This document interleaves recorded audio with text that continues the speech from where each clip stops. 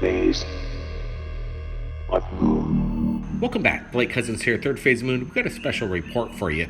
Richard Giordano gives us an explanation in regards to a formation that resembles Stonehenge, uncovered for the first time in over 50 years. And we're going to also go to the UK and speak with a JS007. He's got some incredible footage of what looks to be maybe the secret space force in action. Buckle up, everybody. It's going to be a wild ride. Check it out. Got a great story for you. This one, it comes from a western part of Spain, I believe, where a 7,000-year-old monument dubbed the Spanish Stonehenge, and it's being revealed for the first time in over 50 years. 1963, it was buried underwater because they built a reservoir upstream and drowned it, to make a energy for the area. So they buried this monument, and over the last 50 plus years, every now and then you'd see the tips of these stones. There's 100 of them, but they would peek over the water every now and then. But now that there's a huge drought, the water's gone in that area. 100 of these rocks that form a circle, very similar to what looks like Stonehenge. So it is unbelievable what must be buried under ice and snow, under gravel, rocks, whatever, and water. Things that get lost to catastrophes, fire. It's kind of sad. Makes you wonder where Atlantis is. Is it right around the corner? Could be. But these are the things that every now and then excite me in the field of, archaeology I love, and also ufology, because you don't know who built these things 7,000 years ago when we were pretty much just coming out of, the caves. So this finding is amazing. It's nothing new, really, but it's amazing because it gives you kind of like a view into the past, which is sad because how much of our history, of mankind history is buried underneath the ground, the soil, the water, the oceans, lakes, and rivers. It's gotta be a lot of history hiding out there. So this is a really important story. It reminds us of what's there. I wish they could save these things, but I think they'll be safe underwater for another 50 years. So hopefully they won't be in drought too much longer. But it's a great find, guys. Makes you think of what's out there or under. We're here with John, otherwise known as the JSB007, famous UFO hunter right here on YouTube. And he's been submitting UFOs to Third Phase of Moon for about a year to 2 years right now. Welcome to Third Phase, John. Oh, thank you, Blake. It's nice to be here with you. Wow, I really appreciate you being here and going over your incredible videos. And speaking of incredible video, we just received this one from you yesterday. You describe it as some kind of like bat wing, new design. It sets off like a rocket booster at the end. We're looking at it, it's quite amazing. Tell us what you're thinking when you're shooting this. Well, for one, it's got an unusual drone to it. They try imitating our military jets, but you can tell there's a difference between the two sounds. And on these Antarian bat wings, that I call them the Antarian bat wings, they're actually, they do actually call them the Antaran bat wing. But anyway, the sound on them is just phenomenal, and that's what you get to hear to start with. So I'll quickly grab me camera and go outside, look up, and here they come. You can see them coming straight for you. And then once they sort of catch me looking at them, they start circling around me. And that gives me the chance to zoom in on them. But the little buggers, they keep moving up across the top of the houses, out of focus a little bit there and there. But I do get some good shows from them. I actually started seeing them about 2 years ago. That's what really got me up. Well, it was 2011 really, and that's what first attracted me to them, because they was hovering outside my home, and I never had a camera at that time, not a good camera, and So anyway, that's what set me off to investigating to try and learn what these actually were, And I set about looking on YouTube, and I hadn't, or still hadn't seen anything to this day, anything that's similar. Well, I hadn't done, And by uploading my footage after I bought myself a camera and all the rest of it, and uploading my footage, I did notice that one or two people were contacting me who have actually seen it themselves, and which is great news, because I'm starting to hear they're all over the world, and it's on the same times, the same days, which is great. And so it's not just here in the UK, they're in America, they're in Russia, they're in Europe, they're basically all over the place and being seen. And not just in one or two of the craft, they're actually in mass. I'm filming these Antaran craft, I'm actually filming between 2 and 3 at a time. But I believe that they're actually seem to be hovering around the area, which is Borsey here in King's Lynn.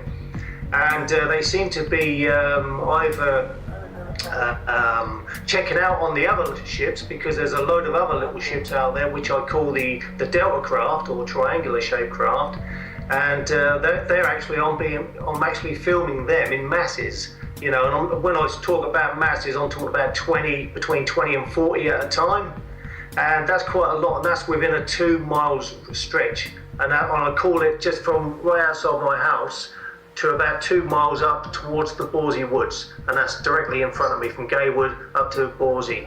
And I've been filming these for over 2 years now. It's really interesting to see. Well, it certainly is. You've been supplying the videos to Third Phase for about 2 years. The world has been watching your videos, and the word is getting out.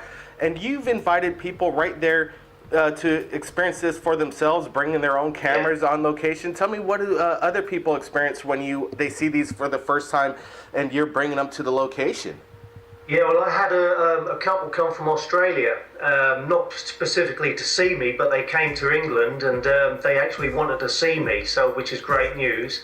So I set up a date, and I can never guarantee the weather, because if it's bad weather, they don't appear in the wet. They never show up when it's raining or foggy or wet and damp, that type of weather. And I said to this couple, Mark and Claire, I said to them, look, if you come over, we're just going to have to hope on a whim of a prayer that they'll show up. And anyway, they did turn up on this particular night, and I took them down to Borsey Ruins, where I was normally, as well, I stand and I video the best shots from a distance. And they turned up, and within 10 minutes of being there, they just started appearing. It was great. And I was getting the Delta craft coming over, the triangular shape. Absolutely exciting. Tell me, the JSB 007, John, you're filming these crafts. They could be extraterrestrial in origin. Have you had any visitations, any lost time on your end? Well, to be honest with you, it's in one of my videos. I think it was just over a year ago. I was down Borsey Ruins on my own, because I often go down there, and it's pitch black. There's no lighting around the area, so I'm in the middle of a field or ruins, on a public ground there. And I had 3 of these craft hover directly over top of me. And what attracted them was I had a flashlight on an old camera, and I was letting off the flash. And I noticed that when they came over, they stopped and hovered above me. So I let off another flash, and they sort of drove off and then come back, and they flew off and come back.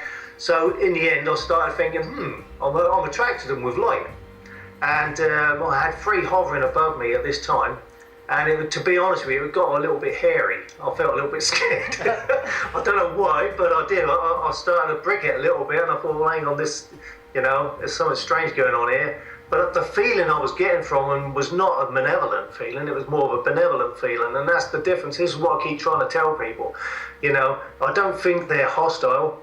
If they were, then I could have been blasted out off this earth there and then. I could have been abducted. You asked me, have I lost any time? I don't recall losing any time. Which again, I have studied the time, and I know when I've left home and I've come back, and it seems to all add up, But maybe some other time before I may have been abducted, or I don't know. I couldn't tell you, to be honest with you, but I don't think I have. Well, let me ask you about, we've interviewed the person that worked at the Ministry of Defense, Nick Pope, and you've been shooting these videos quite often. Have you reported these videos to the government in your area? No, I haven't actually, because what I've been learning about these big UFO companies, I mean, it's like yourself, I did check you out to start with, and I could see you was growing, and I thought, well, you're honest and sincere, and I like that. But Nick Pope came from the ministry, and he's got a bit of a record of working for the ministry, and I don't, to be honestly, I'm not particularly, how can I word it? I don't know how to trust them really, because they've got a bad report, you know, from the past, like Area 51 and all the rest of it. You know, you get to read about it, and there's been a lot of false flags about UFO abductions and mutilations and all the rest of it, and I don't know what to believe on that side. To be honest with you, I don't believe that what I'm actually seeing have anything to do with the mutilations. This could be another scenario from the shadow governments, if you like. That's what I've been told, but I don't know. So I'm really sitting on the fence on this one, Blake, just like most of them. I just report what I can see. I spell it out exactly how I see it and how I feel at the time, you know. And that's just the way it goes at the time. With Nick Pope, I haven't sent any information off to him or to any of the other UFO companies, because I don't know, I just don't feel right. I don't really want that kind of publicity. I'm just gaining my own interest from my own subscribers. And those people that sub to me are people that are interested, generally interested. Okay, I'll get the odd one or two that comes in, we call them the trolls, and but I've learned to get over that now, you know, and just accept that everybody has an opinion out there, which is great, because that's what it's all about. But I just don't like the idea that people trying to put their own opinions and telling other people that they're wrong in what they're seeing and what they're feeling. So they're the type of people I normally delete. I don't want that kind of energy on my site. Well, you know, the JSB 007, we at Third Phase, the people come in and they really get harsh when they don't understand what they're looking at, and then they start spewing out the hatred, which is, you know, human nature, unfortunately. But there is a lot of, you know, respect you've been gaining, and I urge everybody to take a look at the JSB 007 YouTube channel, because he has an incredible archive of UFO videos that he's been shooting. And I like the way you shoot it, John. You're getting perspective, you're having your steady cam, you know, get the foreground, and then you describe what you're seeing, and then you're stepping up with incredible equipment. You're shooting in night vision, and that's pretty amazing. What kind of equipment are you doing? More upgrades in the future? Well, I'd like to invest in a proper night vision, something like a Gen 3, but you know, they're really expensive in this country. They you're looking around £3,000 plus upwards.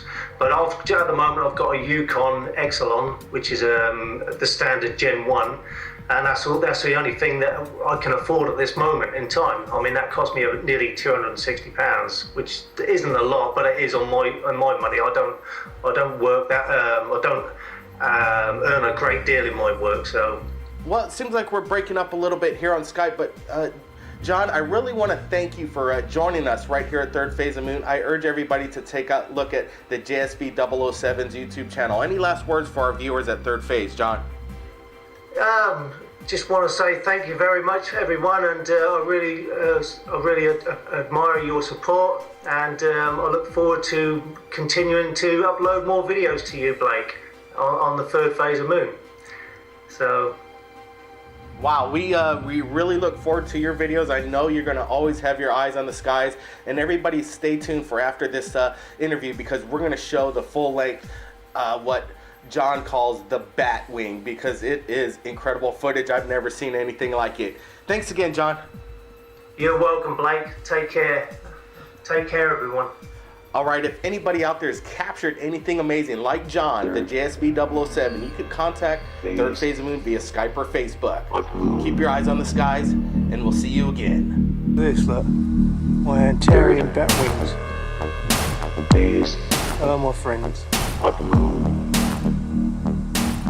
No noise. There's 3 of these tonight. Look at that.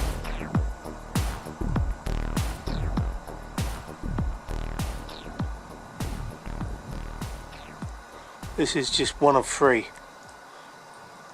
flying over the top of my house. Oops. Rotating our jets, you see. They're flying around and I've got all these ships flying everywhere, all over the place. Different lighting sequences, different types of craft.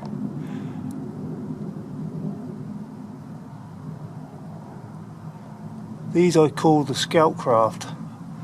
Looks like they just go around. I don't know whether they're playing about or what they're doing, but I don't know exactly what their game is. But they do spend a fair amount of time just circling around my home. I mean, look at the different lighting sequences on this, look. See, now he's coming back for a second chance. So he's turned his engine off now, look. Turned the jet off. Light's gone off now, and there it is. Yeah, Antarian bat wing. Look at that, look. Fantastic. See, he's turned the engine off. Now he's just hovering, look. No, it's just gliding now, look.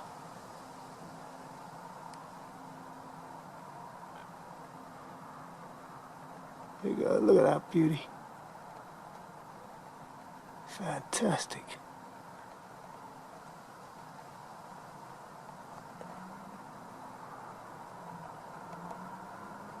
Beautiful.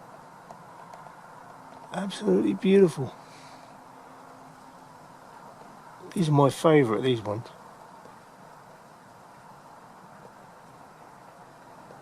Fall out of the bedroom. Third Oh, phase he flew out of bed then. of moon. Third phase of moon.